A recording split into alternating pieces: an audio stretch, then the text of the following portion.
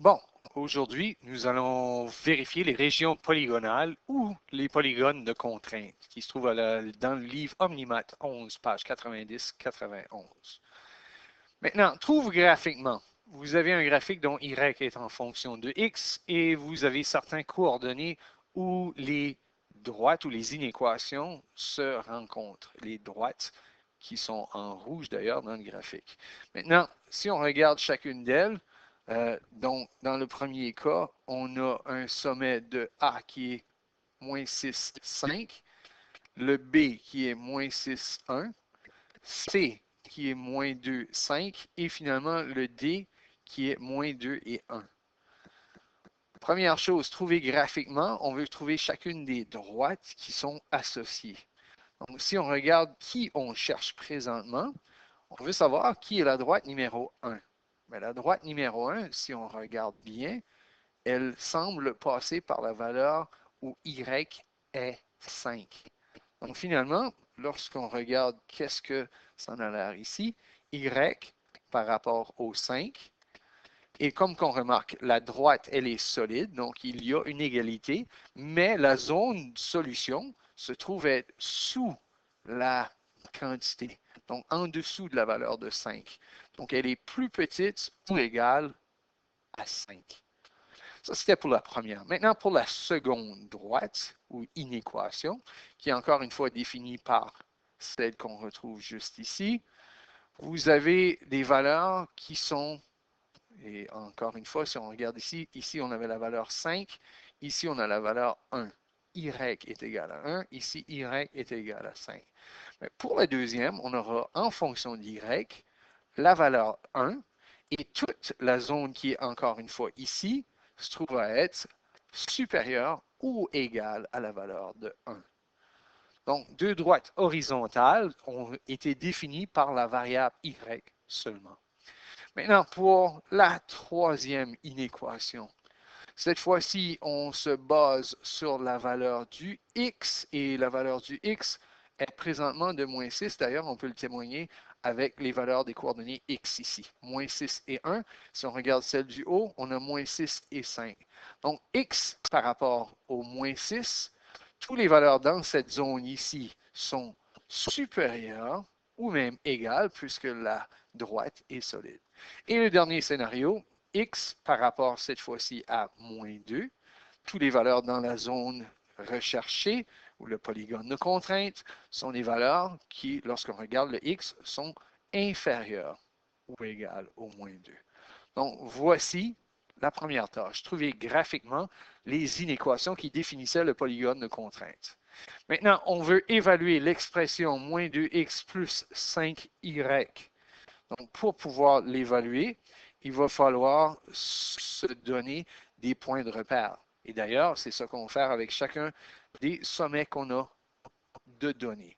Le sommet A est le sommet moins 6 et 5. Le B est le moins 6 et 1. Le C est le moins 2 et 5. Et finalement, le sommet D, qui est le sommet moins 2 et 1. Bon, maintenant, les sommets ont été définis. On veut trouver les valeurs individuelles de chacune des 4 sommets avec l'expression. Donc, lorsqu'on prend la valeur de l'expression, on remplace par les valeurs de x, moins 2 fois moins 6, plus 5 fois 5. Donc, moins 2 fois moins 6 donne un total de 12. 5 fois 5 donne 25, pour un grand total de 37. Pour le B maintenant, cette fois-ci, c'est moins 2 fois moins 6, plus 5 fois 1, qui donne un total de 12, encore une fois, plus 5. 12 plus 5 donne un total de 17. Pour le sommet C, cette fois-ci, c'est moins 2 fois le même nombre, c'est-à-dire moins 2, et 5 fois 5.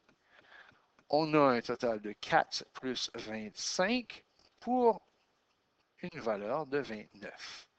Donc, la dernière, même exercice, moins 2 fois moins 2, 5 fois 1, qui donne 4 plus 5 pour un grand total de 9. Prochaine question. quel sommet donne une valeur maximale? Donc, si on regarde à travers les 4 différentes valeurs qu'on vient de découvrir, le 37 semble être une valeur maximale. Et tant qu'à faire, on est supposé de regarder présentement qui va donner une valeur minimale.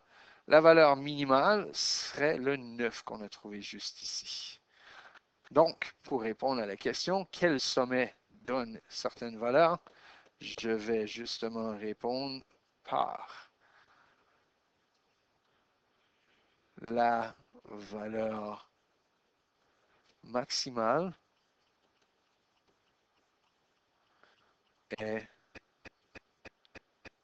à A.65 et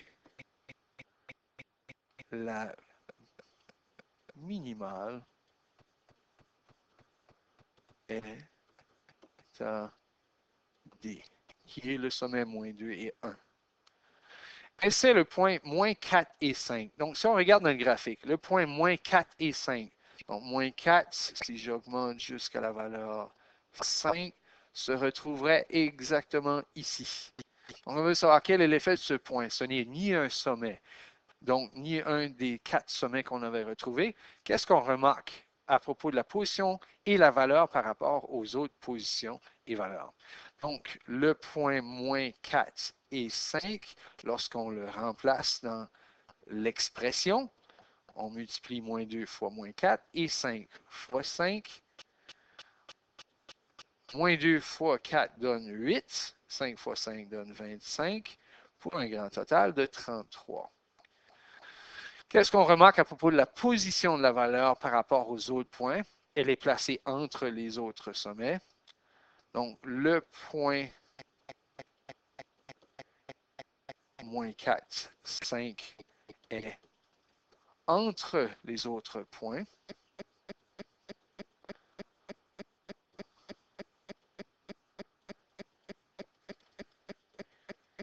Et donne une valeur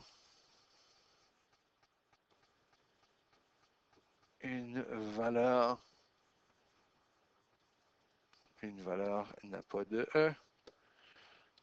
Donc, donne une valeur intermédiaire ou entre celle des autres. Celle des autres sommets. Donc, finalement, ce n'est pas un sommet, ça ne donnera ni maximum ni minimum. Et finalement, quelle est la fonction de l'expression -2x plus 5y? Elle sert à optimiser. Optimiser veut dire quoi? Trouver un maximum ou un minimum. Elle sert à optimiser et le mot optimiser veut dire de trouver un maximum ou un minimum, c'est-à-dire une valeur maximale ou minimale dans la figure, dans le polygone de contrainte.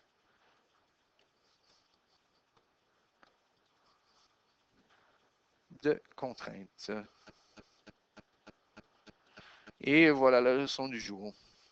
Donc, dans le livre d'Omnimat 11, page 90 et la page 91, oui, vous faites au complet la partie 2 et 3 et il y aura une leçon écrite à venir.